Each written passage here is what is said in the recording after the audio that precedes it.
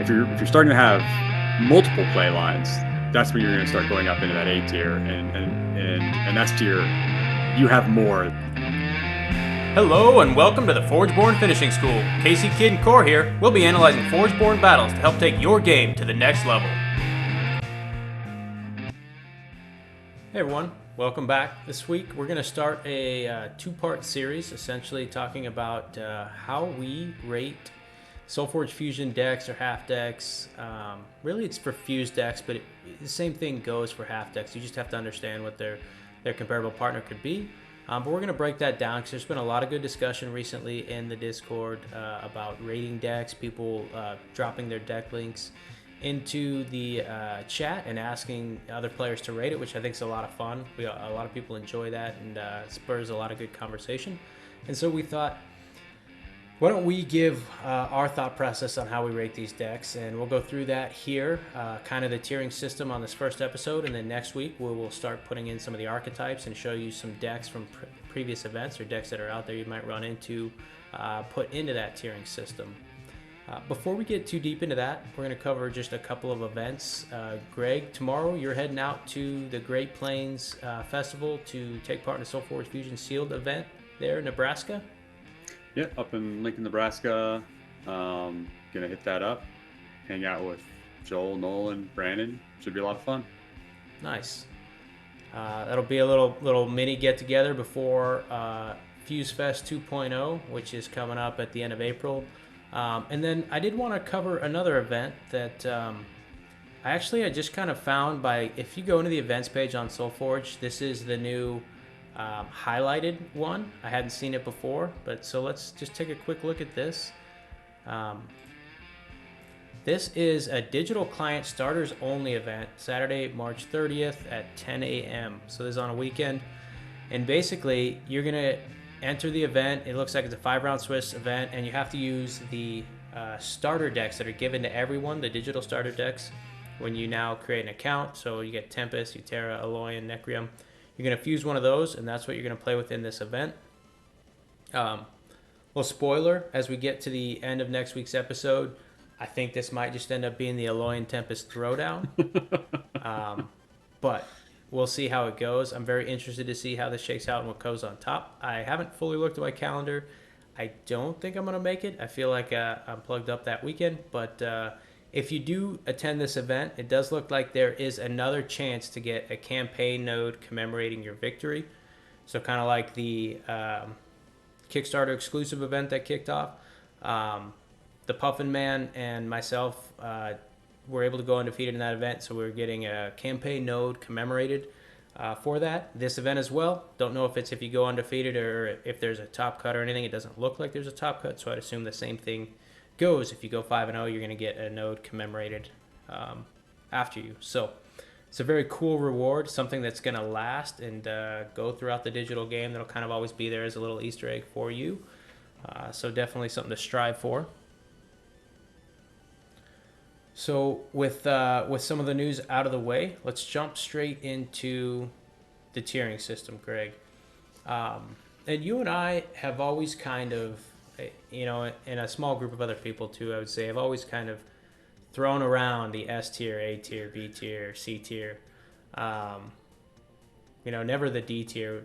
We'll get into that a little bit later, but we never really codified it. We always had like a group think process that, especially for you and I, that kind of was there mentally. We had the same sight picture, but we didn't ever actually codify it until just recently. We kind of put some words on a tiering system, and so here it is. And the premise of these tierings is, and so this is a good point too. I had a question come up to me. Someone asked me, why would you have rated my deck at this rating that you gave it? I was talking about people throwing decks out, and I said, oh, that's a good question. And so I kind of broke it down, and in my mind, right, it's about the competitive aspect of the deck. Where is it going to hang in the competitive meta? And so S tier is generally always going to beat the lower tiers, the A, B, and C. On occasion, in Solforge Fusion, an A tier deck can beat an S tier, but it's pretty rare. I think in Solforge Fusion, S tier stands on its own, generally speaking. but S tier beats A, B, and C, right? Then we go to A beats B and C, but A can sometimes be beat by B and C. B beats C, B can sometimes be beat by C. In no way, shape, or form, I would say, should a B or a C probably ever beat an S. Those are some general rules. So, Greg, what are your thoughts? Yeah, I mean, obviously, I kind of agree with I do agree with you're saying. We've kind of had the same kind of mentality without actually ever having these put on words and or on paper, I guess, or screen. And that the just and like you mentioned, just because something's S tier doesn't mean an A tier can't beat it. There's a pretty large, in my opinion. I'm not going to speak for you, but I feel there's a very large disparity in deck draw in this game that can occur, and so you generally almost always have a chance. But you're right, when you're down like on a C tier deck, you're not beating an S tier deck. Is it possible for a B tier deck to beat an S tier deck? Maybe in the wrong hands or the right hands, and enough of that draw disparity occurs, but it's very, very unlikely or rare. But can an A tier deck beat an S tier deck? Yeah, we've seen that, right? And then the other thing is I think the thing to keep in mind too is sample size. Like you have to have a deck that has probably consistently gone through the paces or seen enough of it to really truly say. But a lot of times you can kind of look at the deck and see where the pieces are in a deck to go. Yeah, I think that would be S tier over the long period. But and the other thing, the game's always evolving. But Yeah, that's a good point. And so, just taking these tiering systems, like in the idea of other games, it's based off of the meta, right? The current competitive landscape of the game. And so, when the last winter comes out, is this going to change? Yeah, potentially. Do I see your S tier Rumble Sparks all of a sudden becoming C tier? Absolutely not. But could they potentially shift down? Sure, they could. Like that's what happens when new cards and new sets come out. So just a couple of thought processes here to really give you an idea of what when I look at a deck and I say that's probably an S tier deck. Just as Greg said, sometimes it's got to be put through the paces to really validate because sometimes things don't play the way you see. But as a player, the more games you play, the quicker you're able to analyze and kind of assess. And so when we look at an S tier deck, in my opinion, these are about like the 0.02% of decks that come out of the algorithm, very, very small, very, very minor. They are the best versions of the most powerful archetypes in the game. So when we look at the meta and we assess these three archetypes are the best archetypes in the game, the most competitive. You can grab any two decks of that and be competitively viable in some way, shape, or form. The S tier is the highest rolled or highly tuned decks that hit the algorithm that came out that also fit that archetype, right? So the best of the best. And then as you get into the A tier, it is kind of like your average to below average versions of those most powerful archetypes or the best versions of other, I had the word inefficient archetypes on here. I don't know that that's the right, but I would say maybe the best versions of the not top tier competitive archetypes. And when we could, throw some out there that, like what spells matter, dinosaurs. We'll get into that next episode, really kind of break those down. But just generally look at that. So if you see a deck that is an archetype of what you think is the best archetype, it has to really elevate itself to S tier. It can't just be, fitting that archetype. That's where it's going to, on average, fall into the A tier. Yeah, I think what you find a lot of times when you're playing a similar tier deck, at least this is, let's say you're playing an A tier versus an A tier, and a lot of times you're going to see a lot of your game could go either way, like depending how the draw goes or the deck goes, you can see that going a lot over time. Whereas when you're looking at an A tier versus an S tier deck again, you're almost sometimes feeling like you're playing behind, or they always have an answer, or they just have bigger bodies, or Like you have to have things go right more often than not to have a chance, or the game gets out of hand quicker. These are just kind of like the things you'll see or notice when you're kind of looking at the decks, and you can kind of, and then when you're just comparing them, again mentioned when you play the decks, you'll get a lot more. You could look at a deck and go, okay, well we think that is, and a lot of times when you're looking at that, I think in your tiering system, you're looking at things. Consistently higher tier decks are going to have bigger bodies, right? Because you know if you're playing a bigger body, high attack or high defense, a lot of times you're looking at card advantage is what it boils down to in a lot of these cases, right? Mm-hmm. You have to take two of your creatures or two of your cards to deal with my one big body, right? Um, Looking at cards, decks that tend to have more answers or more toolbox natures, things that allow you to 2-for-1, free spells, free generations. The more of those things you tend to have in your deck, with balance, you're gonna elevate. So when you're looking at a deck, you're going, okay, well, this can do this, this, and this, and it can do this and this, right? So you're seeing much more of these, and then you're having a lot less dead cards. And dead cards, you could look at it as, you have more synergy, in that, like if you're running some kind of mage theme, right? you know, if you have like a robot in there that's not doing you any good, it's kind of a dead card unless it has some kind of toolbox or use to it, right? Yeah. So that's also kind of when you're looking at decks and tiering, that's something that I keep in mind. Yeah, and I do like how you brought up the card advantage aspect. Like, when you're spending 2 cards to remove my 1 card, like here's just a very literal gameplay mechanism that I found, and I didn't know about it until I started playing the deck. Right. So when I opened up my green life gain half deck, I set it aside, knowing, hey, this is probably something special. Um, but I noticed it was a Kindred War Tusk, which my mind at that time in the game, I said, hey, this isn't the most valuable Kindred creature. It doesn't. It could be a Basher where it has breakthrough. It could be a Polymorpher that gives me removal. It could be a you name it. Something else that kind of just gives additional value. But the math I wasn't doing in my head at the time is that this thing comes on the board with 7 health. Right? No other kindred creature can do that, which almost always forces the opponent into using at least 2, sometimes 3 creatures to remove it if they don't have a direct answer.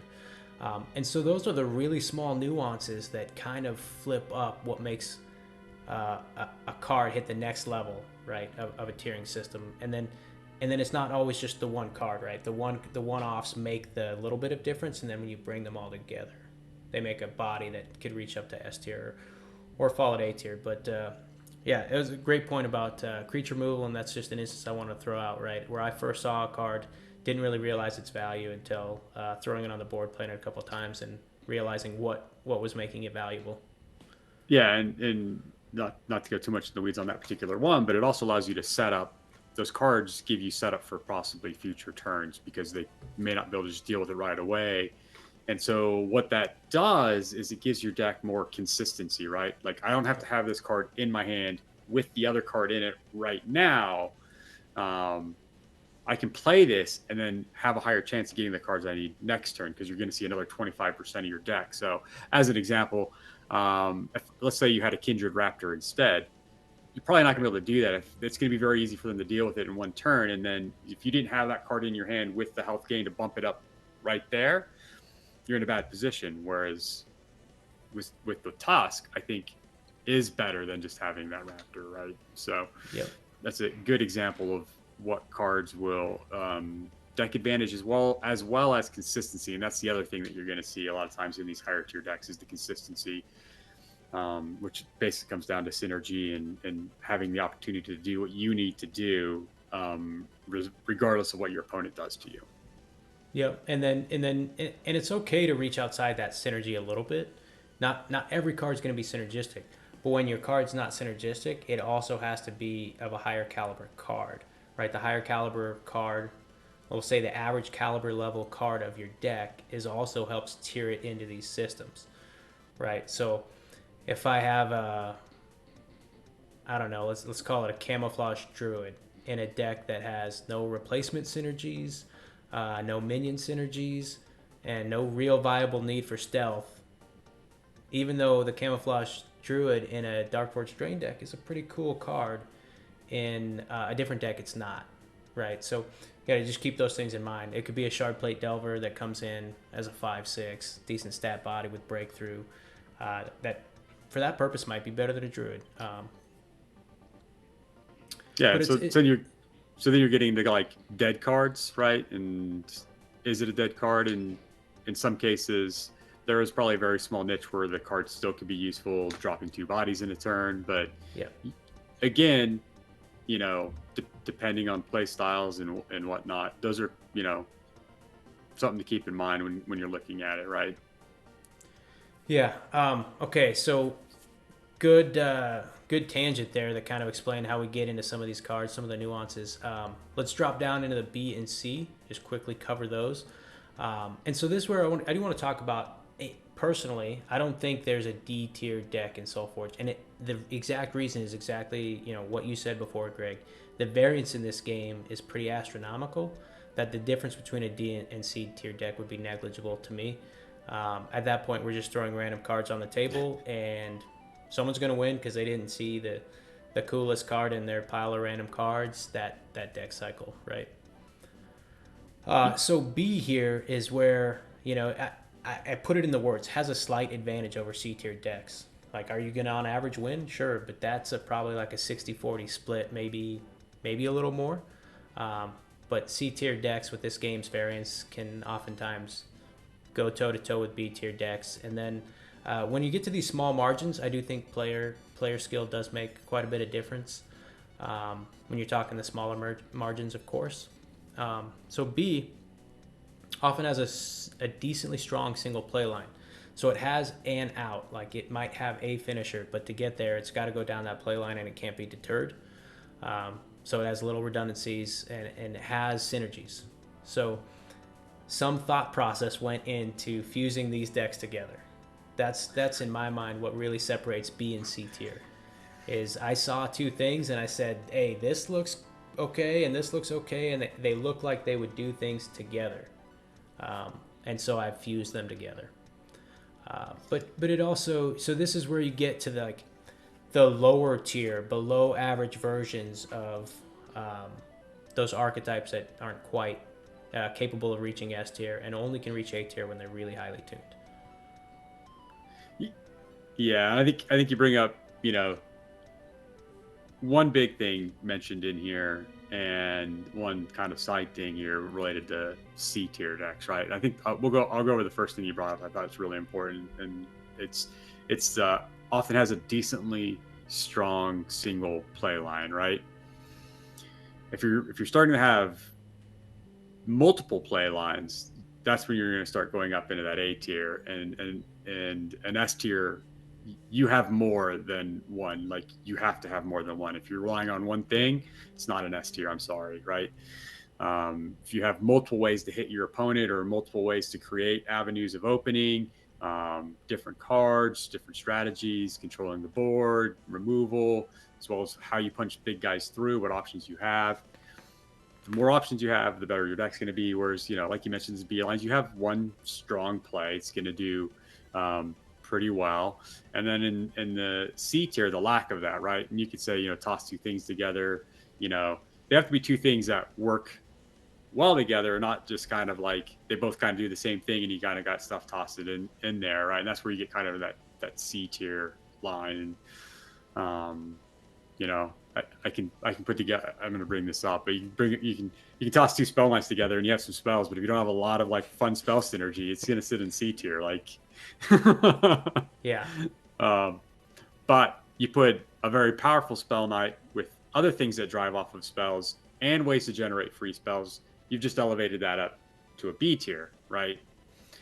And then when you start pairing that into some of the Necreum synergies, right? Let's take that red that has all that spell, instead of pairing it with, say, maybe a Loyan to do some fun stuff, you pair it into Necreum that starts using the spells for other things as well, and being able to get Blight Witches or Dizzy and Siphon, Extract Will, free spells. So now you're getting more on top of that synergy, now you've got kind of elevated that deck up to A tier.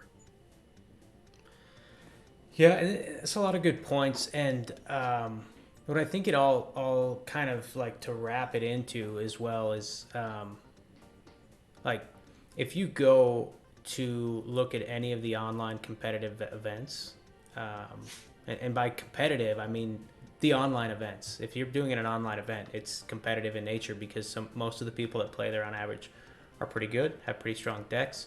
I would say you'll likely never see a C tier deck.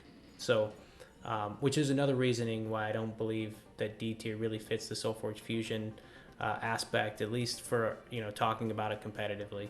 If you're playing at your kitchen table and you literally don't look at your box of decks and you grab two of them and throw them on, there's a decent likelihood it ends up at B tier. I'd say you're almost at a 40% chance you just grabbed a B tier deck potentially. And that's really beauty to the algorithm and the way they did that. But I honestly believe, and I'm curious your thoughts on this, Greg, you have to try a little bit to make a C tier deck. You have to put some thought process into making a C tier deck because the human mind on average goes mages, right? Yeah, I I think you do. And I don't. You bring up like no detail. I don't know if you could just even intentionally build what would be considered a D tier deck. Like I just, Yeah. When you're basically throwing two half decks together, you're probably, like you said, at least playing a C. What would be considered a C tier deck. Like it's gonna beat a B tier deck on certain draws occasionally, and Right. you're probably just gonna go against any other random draw out of a booster. You're going to go probably 50-50 against it. Like, it'd be hard to build a deck that would lose every time. Unless you somehow had a Necreum deck that had like 8 corrupt creatures in it. You're just like, I'm just going to ding myself for 5 every time. And spite mate myself. You might win by cycle 1 with all corrupt creatures. Like by the start of cycle 2, you might just win with those stats. All right, anybody got a deck with 4 corrupt creatures? Let's. Yeah, Vile is probably worse, but Vile? corrupt stands a chance. I have played someone who had 3 corrupt creatures, and they just dropped them down, and it was a bit of a race. I had to do work to get rid of the creatures, but I pulled it out. I don't know if that should be a bragging rights, beating a 3 corrupt deck, but like, it did better than I thought it would. It's the only way I could think of. Fun. Like you would just, there'll have to be creatures that just punched yourself in the face. I don't know. Yeah, like somehow, self-immolation, like you're flame jetting without intent, that type of stuff. But or you just flame jet all the time, anyways. It's just... True story. All right. So I think that kind of wraps us up here for this first episode. As we mentioned, please stay tuned for next week. We're going to break down some decks that we think fall in these, tell you why we think they fall in them, and we're very curious what you think out there. There's a lot of listeners that are high caliber players. There's a lot that haven't gone up to the competitive level necessarily, but have valid opinions as well on how they view decks. So we're very curious just what you think about this tiering system, or even just explain to us how you've generally been viewing the tier system. If you look at a deck and in your mind you look at a deck and you see that's an A tier, explain to us what your thought process is, because I don't think anyone's wrong here. We're just trying to codify it for the first time actually in Solforge Fusion. Yeah. So. And I'm just going to throw in one caveat in here. We didn't really discuss it a whole lot. We probably were talking about fuse decks, but when you're talking about half decks, generally when I'm evaluating a half deck, I'm looking at it having somewhat optimal pairing, right? So when I say that's an S tier deck or an A tier deck, it's probably looking at like pairing it against something equivalent or better, right? And so just throw that out there. I don't know if your thoughts different on a half deck, Ryan. No, that's a great point there. If I look at a half deck, I'm assuming you're pairing it with a comparably rolled equivalent pairing of an archetype, right? So if I look at a deck and I go, wow, everything in that half deck does what it wants to do so perfectly well, and it could also match with this Necreum half so perfectly well, that could be an S tier. Like, you just have to assume in your mind's eye that there's a partner out there for it that's on the same level. Yep. I think that's it. Again, just let us know what you think below, what your thought process is, and we look forward to our next episode where we're going to break down some of these decks for you. Thanks, everyone, for hanging in here. Bye. Thanks for attending this lesson of the Forgeborn Finishing School. If you like this video, please subscribe, comment, or consider donating to our Patreon account. We look forward to our next lesson.